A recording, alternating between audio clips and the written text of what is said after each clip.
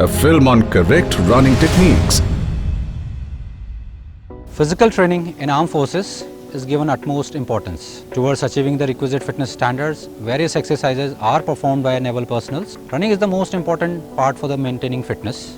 Running improves cardiovascular and respiratory system of our body. This video is about the running technique and prepared exclusively for naval personnel to improve upon their fitness. The video will give insight into the various movements of body while running, do's and don'ts, breathing and various types of runs including warming up and cooling down exercises.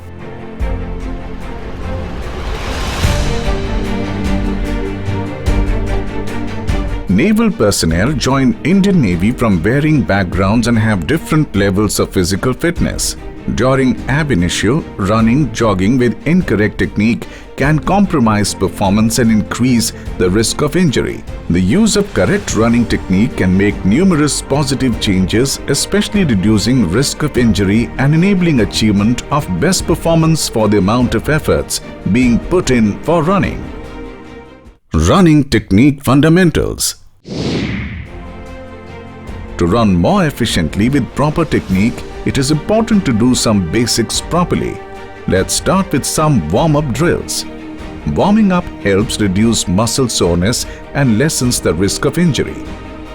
Warm-up drills. Always commence any physical activity with warm-up drills. These are divided into three categories: mobility exercises, general warm-up, and specific warm-up. Mobility exercises. These exercises are meant to put in motion all major muscles of the body and should start from head to toe.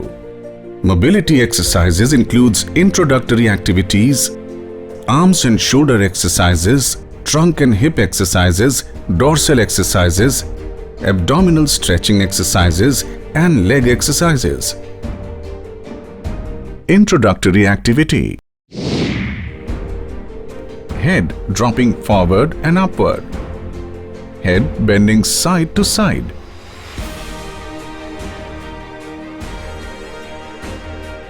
Head turning side to side.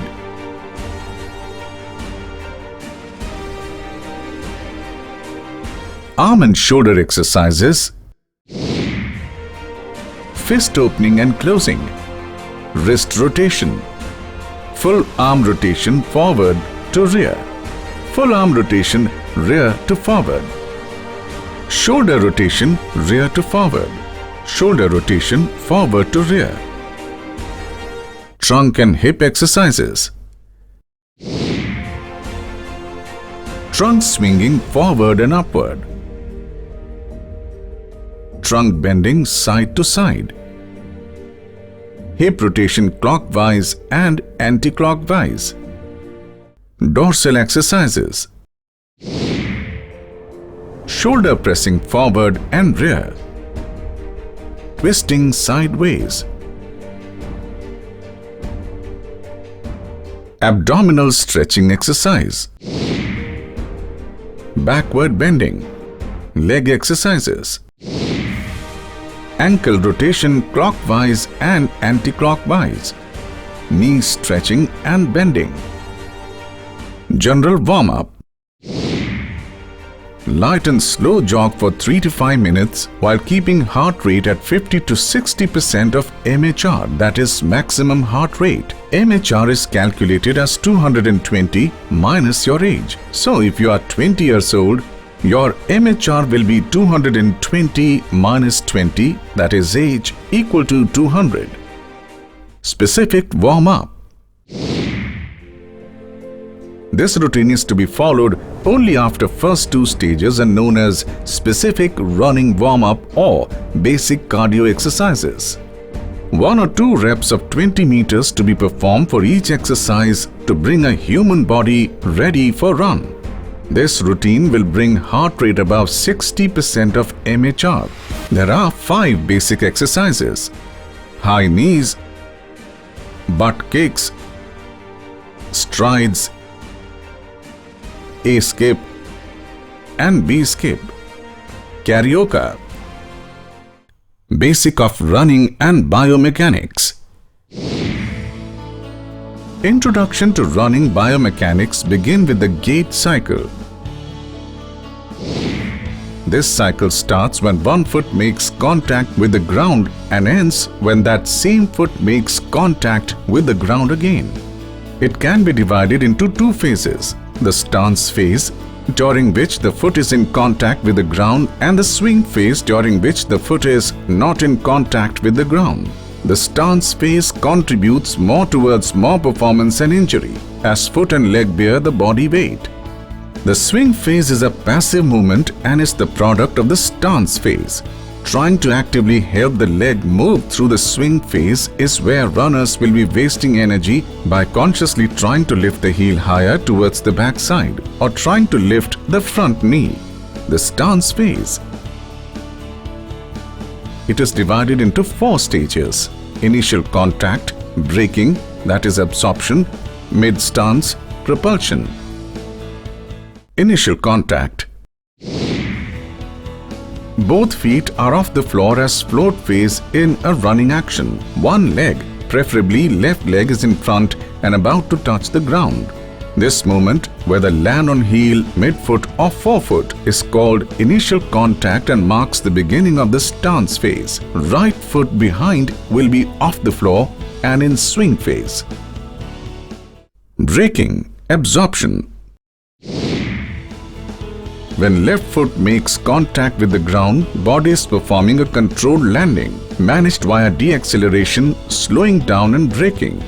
Left knee and ankle flexes or bends, and the left foot rolls into pronation to absorb impact of deceleration. During this absorption process, the tendons and connective tissue within the muscles store elastic energy for use later in the propulsion phase. Mid-stance. The braking phase above continues until the left leg is directly under the hips, taking maximum load and has the maximum risk of injury at this moment, as the body weight along with thrust is completely on lower body. The left ankle and knee are at maximum flexion or bending angle. This movement is called mid-stance. Propulsion. When left leg made a controlled landing and absorbed energy of landing, it starts to propel body forward. This is achieved by left ankle, knee and hip all extending and straightening to push the body up and forwards.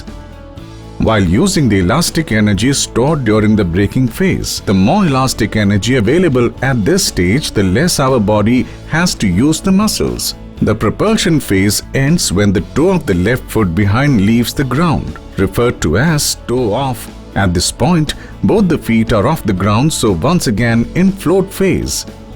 The swing phase. At the moment of toe off and left leg traveled extended as far back as it is going and the heel starts to lift towards backside. This is the first phase. The maximum height the heel reaches and the returning drive of the knee is dependent on the power of hip extension achieved and will hence be greater at higher speeds. This action is called stretch reflex mechanism and compared to the stretching back of a slingshot and then letting go. Extension of the hip as back leg moves behind prior to toe off is equivalent to pulling back on the slingshot. Once the knee has passed under the hips, the lower leg unfolds in preparation once again for initial contact, marking the end of the swing phase. Upper body and arm mechanics. The interaction between the upper and lower body plays a vital role in running. The upper body and arm action provide balance and promote efficient movement. This balance is achieved by the arms and upper body effectively working in the direct opposition movements to the legs. Bringing the left arm forward opposes the forward drive of the right leg and vice versa. During the braking or absorption stage in initial contact to mid-stance, the arms and upper body produce a propulsive force.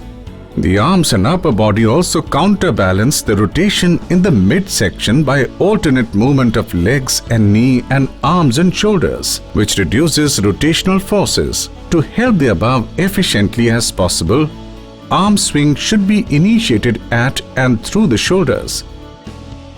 Common faults during running. Driving the elbows down as well as back to avoid elevation of the shoulders causes tightness and limits the range of motion.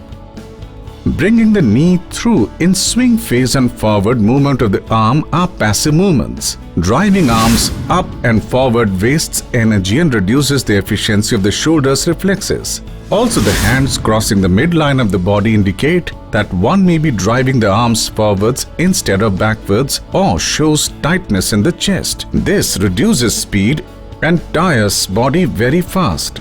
Consciously bringing the arms too far back or forwards also lead to overstriding and causes excessive braking, which leads to injury.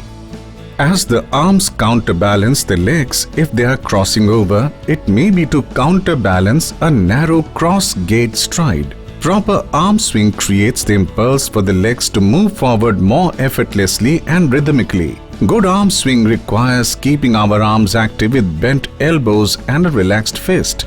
We can improve arm swing by adopting following techniques. Start from the shoulders. Bend elbows and keep them at about 90 degrees. Keep the elbows tucked in. Pull them backward parallel to the body so that arms don't dangle by the sides. Don't clench your fists. It creates unnecessary tension. The arms should be relaxed throughout the movement.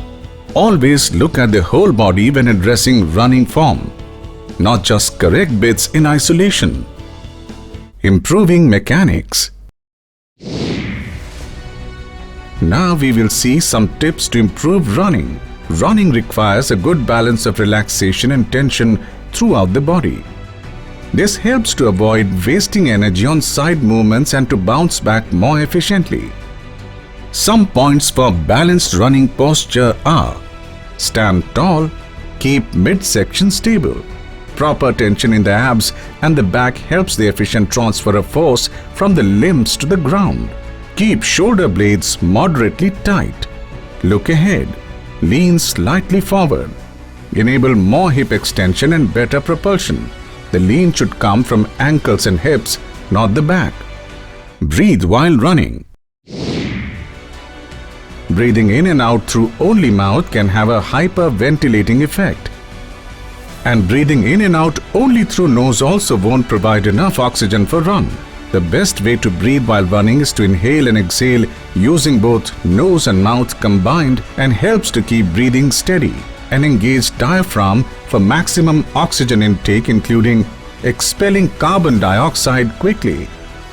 Cooling down.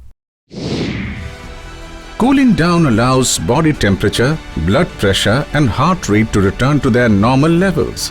Stretching the muscles while they are still warm helps to reduce lactic acid buildup, reducing the chance of muscle cramps and stiffness. Cooling down consists of two phases: aerobic cooling down and muscle cooling down. Muscle cooling down is the stretching of lower body muscles. Aerobic cooling down: slow running, jogging, brisk walk, and gentle walking. Muscle cooling down, stretching. Every stretching exercise to be kept on hold for minimum 15 seconds for effective muscle cooling down. Muscle cooling down or stretching consists of hip flexor exercise, thigh stretch, hamstring stretch, iliotibial band stretch, calf stretch, lower back stretch, buttock or glute stretch. Hip flexor,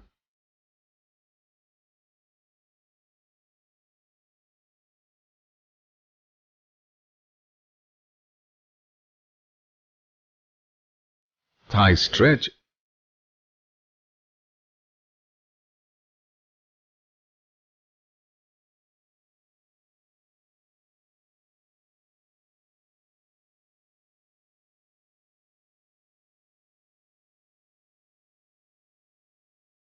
hamstring stretch,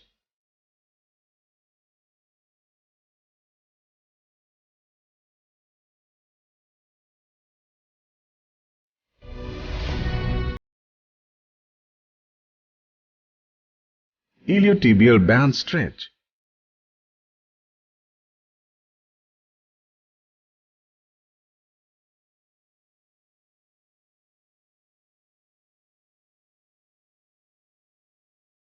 calf stretch,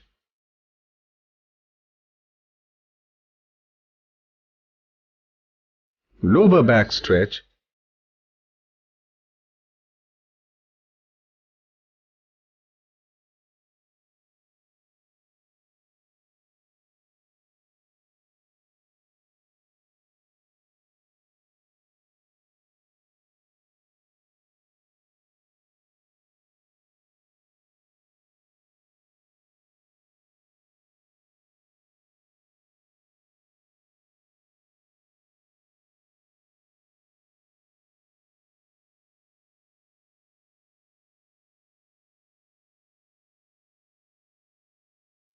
buttock glute stretch,